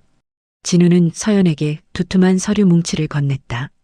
그 서류는 무거웠고 가죽 표지로 정성스럽게 제본되어 있었다. 서연은 그것을 받아들고 무게를 느꼈다. 단순히 물리적인 무게만이 아니었다. 그 안에 담긴 의미의 무게가 그녀의 손을 짓눌렀다. 그것은 강태윤의 후견인을 교체하거나 그의 모든 법적 권한을 영구히 박탈할 수 있는 결정적인 증거들이었다. 서연은 천천히 표지를 넘겼다. 첫 페이지에는 강태윤의 정신감정 결과가 있었다. 조현병 진단, 폭력 성향, 판단 능력 결여. 그 다음 페이지에는 그가 과거에 저질렀던 범죄 기록들이 나열되어 있었다. 폭행, 협박, 재산 횡령 시도. 서연이 알지 못했던 것들까지 모두 거기 있었다. 그녀의 손가락이 종이를 넘길 때마다 바스락거리는 소리가 고요한 서재에 울려 퍼졌다. 진우는 창가에 서서 그녀를 바라보고 있었고 그의 얼굴은 새벽빛을 받아 부드럽게 빛나고 있었다. 그를 어떻게 처리할지는 당신이 정하십시오. 후견을 유지하며 말려 죽일지 아니면 법적으로 완전히 끊어내어 자유를 찾을지. 진우의 목소리는 낮고 평온했다. 그는 더 이상 보호자라는 이름으로 그녀를 대신해 결정하지 않았다. 그는 단지 선택지를 제시했을 뿐이었다. 서연은 서류를 내려다보았다. 그 안에는 두 가지 법률 문서가 준비되어 있었다. 하나는 후견인 지위를 유지하되 강태윤의 모든 자산을 동결하고 그를 완전히 고립시키는 방안. 다른 하나는 후견인 지위를 포기하되 그에 대한 모든 법적 책임을 국가에 넘기고 서연과 진우는 완전히 손을 떼는 방안. 진우는 서연에게 칼자루를 완전히 넘겨주었다. 첫 번째 선택은 복수였다. 강태윤을 살려두되 그가 원하는 모든 것을 빼앗고 그를 무력한 상태로 평생 가두는 것. 그는 깨어있지만 아무것도 할 수 없고 원하지만 손에 넣을 수 없으며 분노하지만 표출할 수 없는 지옥에 갇히게 될 것이었다. 두 번째 선택은 자유였다. 강태윤과의 모든 연결고리를 끊고 그의 존재를 완전히 지워버리는 것. 그가 어떻게 되든 그것은 더 이상 그들의 문제가 아니게 되는 것. 그 선택권이야말로 그가 서연에게 줄 수 있는 가장 고귀한 형태의 존중이었다. 진우는 자신의 권력을 이용해 그녀를 대신해 결정할 수도 있었다. 그것이 더 쉬웠고 더 빨랐으며 어쩌면 더 확실했을지도 몰랐다. 하지만 그는 그렇게 하지 않았다. 왜냐하면 그는 알고 있었다. 진정한 자유는 다른 사람이 주는 것이 아니라 스스로 선택하는 것에서 온다는 것을. 그리고 서연이 진정으로 과거로부터 벗어나기 위해서는 그녀 스스로 그 과거를 어떻게 처리할지 결정해야 한다는 것을. 서연은 서류를 천천히 읽어내려갔다. 각 페이지마다 법률 용어들이 빽빽하게 적혀 있었고 그 용어들 하나하나가 강태윤의 운명을 결정할 열쇠였다. 그녀는 읽으면서 손가락으로 중요한 부분에 밑줄을 그었고 때로는 여백에 메모를 했다. 진우는 그녀를 재촉하지 않았다. 그는 단지 기다렸다. 창밖으로 해가 떠오르기 시작했고 따스한 햇살이 서재 안으로 쏟아져 들어왔다. 먼지 입자들이 그 빛 속에서 천천히 춤을 추었고 시계의 초침이 째깍째깍 소리를 내며 시간을 새겼다. 한참을 읽던 서연이 마침내 고개를 들었다. 그녀의 눈은 붉게 충혈되어 있었지만 그 눈빛만큼은 맑고 확고했다. 그녀는 진우를 바라보았고 입을 열었다. 시간을 주시겠습니까? 그녀의 목소리는 떨렸지만 그 안에는 진지함이 담겨 있었다. 이 결정은 제 인생을 바꿀 결정입니다. 신중하게 생각하고 싶습니다. 진우는 고개를 끄덕였다. 당연합니다. 원하시는 만큼 시간을 가지십시오. 일주일이든 한 달이든 1년이든 이 서류는 당신의 것입니다. 언제든 준비가 되었을 때 결정하십시오. 서연은 서류를 가슴에 안았다. 그 무게가 그녀의 심장을 짓눌렀지만 동시에 그것은 힘을 주기도 했다. 이것은 권력이었다. 자신의 운명을 스스로 결정할 수 있는 권력. 그리고 그 권력을 가진 지금 그녀는 더 이상 희생자가 아니었다. 감사합니다. 서연이 나직하게 말했다. 진우는 창가에서 그녀에게 다가왔다. 그는 그녀의 어깨에 손을 올렸고 그 손길은 무겁지도 가볍지도 않았다. 적절했고 안정적이었으며 신뢰를 담고 있었다. 당신이 어떤 결정을 내리든 나는 지지하겠습니다. 그가 말했다. 그리고 그 말은 약속이었다. 서연은 고개를 끄덕이고 서류를 들고 자신의 방으로 돌아갔다. 복도를 걸으며 그녀는 손에 든 서류의 무게를 다시 한번 느꼈다. 이것은 단순한 종이 뭉치가 아니었다. 이것은 그녀의 과거를 정리할 수 있는 도구였고 그녀의 미래를 열 수 있는 열쇠였다. 방에 들어가 문을 닫은 뒤 서연은 책상 앞에 앉았다. 창밖으로는 아침 햇살이 쏟아져 들어오고 있었고 새들이 지저귀는 소리가 들렸다. 그녀는 서류를 책상 위에 펼쳐놓고 천천히 다시 읽기 시작했다. 이번에는 더 꼼꼼하게, 더 신중하게, 각 단어의 의미를 곱씹으며 각 선택이 가져올 결과를 상상하며 복수를 선택한다면 그녀는 강태윤이 고통받는 것을 볼 수 있을 것이다. 그가 무력하게 침대에 누워 자신이 원하는 모든 것이 손에 닿지 않는 곳에 있다는 것을 깨닫는 그 순간을. 하지만 동시에 그것은 그녀가 여전히 그에게 집착하고 있다는 의미이기도 했다. 자유를 선택한다면 그녀는 그를 완전히 잊을 수 있을 것이다. 그의 존재를 지우고 새로운 삶을 시작할 수 있을 것이다.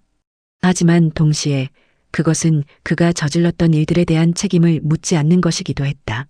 서연은 펜을 들고 백지에 2가지 선택의 장단점을 적어 내려가기 시작했다. 글자 하나하나가 또렷하게 종이 위에 새겨졌고 그 과정에서 그녀의 생각은 점점 더 명확해졌다. 해가 중천에 떠오를 때까지 그녀는 그렇게 앉아 생각하고 쓰고 지우고 다시 생각했다. 그리고 천천히, 아주 천천히 그녀의 마음속에서 답이 떠오르기 시작했다. 일주일 후 서연은 진우에게 자신의 결정을 말했다. 그녀는 법정에서 강태훈과 맞서기로 했다. 단순히 복수를 위해서가 아니었다. 진실을 밝히기 위해서였다. 그가 저질렀던 범죄들을, 그가 가했던 폭력들을, 그리고 그가 파괴했던 살들을 세상에 알리기 위해서였다. 진우는 그녀의 결정을 듣고 고개를 끄덕였다. 그리고 즉시 최고의 변호인단을 꾸렸다. 법정의 공기는 무거웠다. 높은 천장과 어두운 나무 패널로 둘러싸인 법정은 마치 거대한 무게로 모든 것을 짓누르는 것 같았다. 형광등 불빛은 차갑고 밝았으며 그 빛 아래에서 모든 것이 적나라하게 드러났다. 방청석에는 사람들이 빽빽이 들어차 있었고 그들의 시선이 모두 서연을 향해 있었다. 기자들의 카메라 셔터 소리가 끊임없이 울려 퍼졌고 연필이 종이 위를 긁는 소리가 들렸다. 휠체어에 앉아 도끼 서린 눈으로 자신을 노려보는 강태훈 앞에서 서연은 증언대에 섰다. 그의 모습은 예전과 달랐다. 휠체어에 앉아 있었고 한쪽 팔은 움직이지 않았으며 입가는 살짝 비틀어져 있었다. 하지만 그의 눈만큼은 변하지 않았다. 여전히 차갑고 여전히 증오로 가득 차 있었으며 여전히 그녀를 통제하려는 욕망으로 불타고 있었다. 서연은 그 눈을 똑바로 바라보았다. 3년 전이었다면 그녀는 그 시선을 피했을 것이다. 고개를 숙이고 몸을 웅크리고 사라지고 싶어 했을 것이다. 하지만 지금은 아니었다. 그녀는 더 이상 고개를 숙이지 않았다. 증언대 앞에는 마이크가 놓여 있었고 그 옆에는 물잔이 준비되어 있었다. 판사석에서는 백발의 판사가 엄숙한 표정으로 그녀를 바라보고 있었고 배심원석에는 12명의 사람들이 앉아 그녀의 말을 듣기 위해 기다리고 있었다. 서연은 깊은 숨을 들이켰다. 그리고 입을 열었다. 마이크 너머로 울려 퍼지는 그녀의 목소리는 단호했고 떨림이 없었다. 그녀는 지난 세월 겪었던 통제와 폭력의 증거들을 하나하나 나열했다. 2020년 6월 결혼식 다음 날부터 시작된 휴대폰 검사. 2020년 9월 친구들과의 연락을 끊으라는 강요. 2021년 3월 직장을 그만두라는 명령. 그리고 그 후로 이어진 끝없는 감시와 통제. 집안 곳곳에 설치된 카메라들, 외출할 때마다 요구되던 상세한 일정 보고 조금이라도 지각하면 쏟아지던 폭언과 협박. 서연은 말하면서 손에 든 서류를 넘겼다. 각 증언마다 증거가 있었다. 병원 진료 기록, 문자 메시지 스크린샷, 통화 녹음 파일, 그리고 당시 그녀를 도우려 했던 사람들의 증언. 변호인이 하나씩 그 증거들을 제시했고 스크린에는 그 내용들이 확대되어 표시되었다. 멍이 든 팔사진, 협박 문자의 내용, 그리고 그녀가 몰래 녹음했던 강태윤의 폭언. 태윤의 변명은 힘을 잃었고 그의 권력은 모래성처럼 무너졌다. 그의 변호인이 반박을 시도했지만 쌓여있는 증거의 무게를 이길 수 없었다. 태윤은 휠체어에 앉아 분노로 얼굴이 붉어졌고 주먹을 불끈 쥐었지만 아무것도 할 수 없었다. 그는 소리를 질렀지만 그 소리는 법정 경비에 의해 제지되었다. 그의 모습은 처참했고 그 권위는 완전히 무너져 내렸다. 재판은 사흘간 계속되었다. 서연은 매일 법정에 섰고 매일 자신의 이야기를 들려주었다. 그리고 마지막 날 최종 변론이 끝난 후 재판장이 최종 판결을 내리는 순간이 왔다. 법정은 숨소리조차 들리지 않을 만큼 고요했다. 판사가 서류를 들어 올리고 안경 너머로 강태윤을 바라보았다. 그리고 낮고 엄숙한 목소리로 판결을 낭독하기 시작했다. 피고인 강태윤은 가정폭력, 협박, 불법 감금, 그리고 재산 탈취 혐의로 유죄를 선고받는다. 형량은 징역 8년. 그 말이 떨어지는 순간 서연은 가슴을 짓누르던 거대한 바위가 사라지는 것을 느꼈다. 마치 수년간 짊어지고 있던 무거운 짐을 내려놓은 것처럼 그녀의 어깨가 가볍게 느껴졌다. 뱃속으로 공기가 쏟아져 들어왔고 심장이 편안하게 뛰기 시작했다. 눈물이 차올랐지만 이번에는 슬픔의 눈물이 아니었다. 그것은 해방의 눈물이었다. 그녀는 처음으로 강태윤의 눈을 똑바로 보며 비웃어 주었다. 입가에 미소가 번졌고 그 미소는 차갑고 승리에 가득 차 있었다. 강태윤은 그 미소를 보고 분노로 몸을 떨었지만 그는 더 이상 아무것도 할 수 없었다. 법정 경비가 그의 휠체어를 밀고 법정 밖으로 나갔고 그는 소리를 지르며 저항했지만 그 소리는 점점 멀어져 갔다. 그것은 완벽한 이별이었다. 서연은 그가 사라지는 뒷모습을 바라보며 마침내 이것이 끝났다는 것을 깨달았다. 법정 밖으로 나오자 진우가 기다리고 있었다. 그는 복도 한쪽에 서서 창밖을 바라보고 있었고 서연이 나오는 소리를 듣고 고개를 돌렸다. 두 사람의 눈이 마주쳤고 서연은 그에게 달려가 그의 품에 안겼다. 진우는 잠시 놀란 듯했지만 곧 그녀를 감싸 안았다. 그의 품은 따뜻했고 든든했으며 안전했다. 서연은 그의 가슴에 얼굴을 묻고 울었다. 이번에는 소리내어 거침없이 모든 것을 쏟아내듯 울었다. 끝났어요. 드디어 끝났어요. 그녀가 떨리는 목소리로 말했다. 진우는 그녀의 등을 천천히 쓰다듬으며 대답했다. 수고하셨습니다.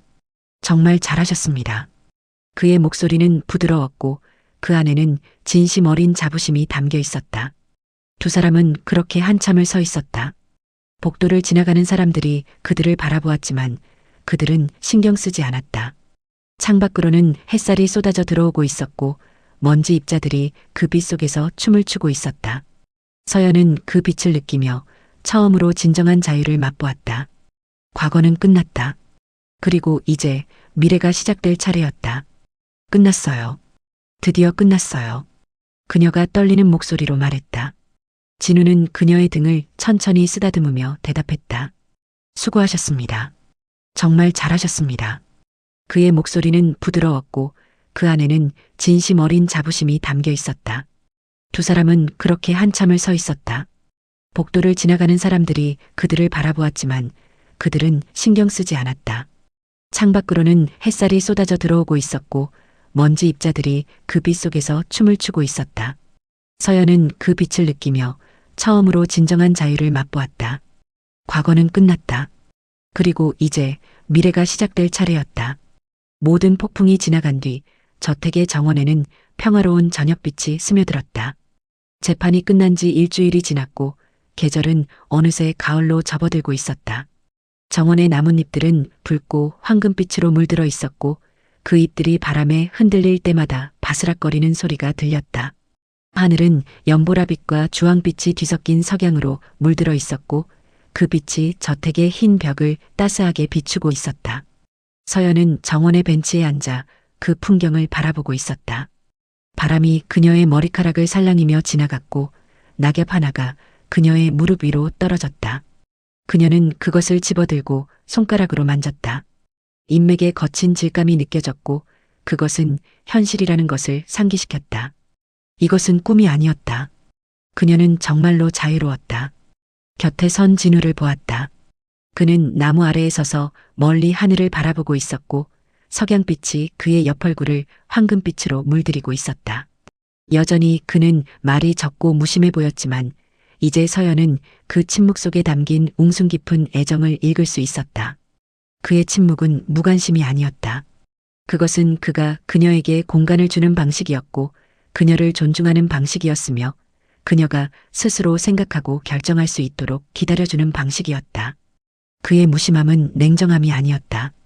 그것은 그가 감정을 표현하는 데 서툴렀을 뿐이고 그의 행동이 그의 마음을 말해주고 있었다. 서연은 일어나 그에게 천천히 걸어갔다. 낙엽을 밟을 때마다 바스락거리는 소리가 났고 그 소리가 진우의 귀에 닿았다. 그는 고개를 돌려 그녀를 바라보았다. 이번 결혼은 도망이 아니에요. 서연의 말에 진우가 멈춰서서 그녀를 바라보았다. 서연은 그의 앞에 섰고 석양빛이 두 사람 사이를 비추고 있었다. 그의 눈에 처음으로 미세한 파동이 일었다.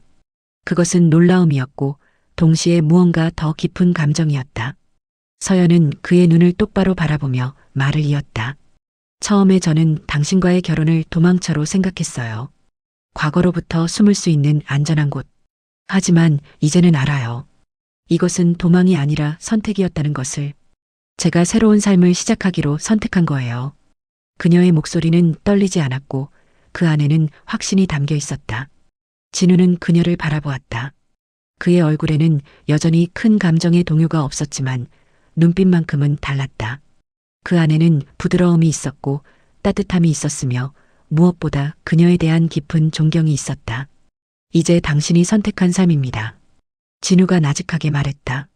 그의 목소리는 평소보다 조금 더 부드러웠고 그 말 속에는 승인과 지지가 담겨 있었다.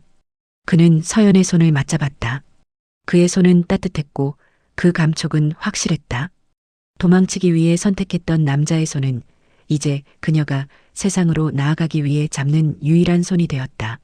손가락들이 서로 맞물렸고 그 연결은 자연스러웠다. 마치 처음부터 그래야 했던 것처럼 두 사람의 그림자가 길게 겹쳐지며 석양빛 속에서 하나로 이어졌다. 위태로웠던 계약은 비로소 진정한 삶의 시작으로 변해가고 있었다. 서연은 그의 손을 잡은 채 정원을 바라보았다. 붉게 물든 나뭇잎들, 천천히 떨어지는 낙엽들, 그리고 저 멀리 보이는 저택의 따뜻한 불빛. 이 모든 것이 이제는 그녀의 집처럼 느껴졌다. 당신은 저를 구해주셨어요. 서연이 말했다. 진우는 고개를 저었다. 아닙니다. 당신이 스스로를 구했습니다. 나는 단지 곁에 있었을 뿐입니다. 그의 말은 겸손했지만 서연은 알고 있었다. 그가 없었다면 자신은 여전히 어둠 속을 헤매고 있었을 것이라는 것을. 하지만 동시에 그의 말도 맞았다. 결국 그녀를 구한 것은 그녀 자신이었다. 진우는 단지 그녀가 일어설 수 있도록 손을 내밀어 주었을 뿐이고 일어선 것은 그녀 자신이었다. 함께 있어 주셔서 감사합니다. 서연이 말했다. 진우는 그녀의 손을 더 세게 잡았다. 그리고 천천히, 아주 천천히 그의 입가에 미소가 번졌다. 그것은 작고 희미한 미소였지만 진심이 담긴 것이었다. 서연은 그 미소를 보고 처음으로 깨달았다. 이 남자도 그녀만큼이나 외로웠다는 것을, 그도 누군가와 진정으로 연결되기를 원했다는 것을, 그리고 이제 그들은 서로를 찾았다는 것을. 바람이 불어왔다. 낙엽들이 소용돌이치며 하늘로 날아올랐고 그것들은 석양빛 속에서 금빛으로 반짝였다. 서연과 진우는 그 광경을 함께 바라보았다. 손을 맞잡은 채, 어깨를 나란히 한 채. 그들 앞에는 끝없는 정원이 펼쳐져 있었고 그 너머로는 새로운 세상이 기다리고 있었다. 이제 어디로 가고 싶으십니까? 진우가 물었다. 서연은 잠시 생각하다 미소 지으며 대답했다. 어디든 좋아요. 당신과 함께라면. 그 말에 진우는 고개를 끄덕였다. 그리고 두 사람은 천천히 걷기 시작했다. 정원의 오솔길을 따라 낙엽을 밟으며 석양을 향해. 그들의 발걸음은 느렸지만 확고했고 그 길은 비록 불확실했지만 희망으로 가득 차 있었다. 저택의 창문에서는 따뜻한 불빛이 새어나왔고 그 빛이 정원을 부드럽게 비추고 있었다. 하늘에는 첫별이 떠오르기 시작했고 달은 아직 보이지 않았지만 곧 떠오를 것이었다. 서연은 진우의 손을 잡고 걸으며 처음으로 완전한 평화를 느꼈다. 과거의 그림자는 사라졌고 미래는 그녀의 것이었다. 그리고 무엇보다 그녀는 더 이상 혼자가 아니었다. 사랑합니다. 서연이 나직하게 말했다.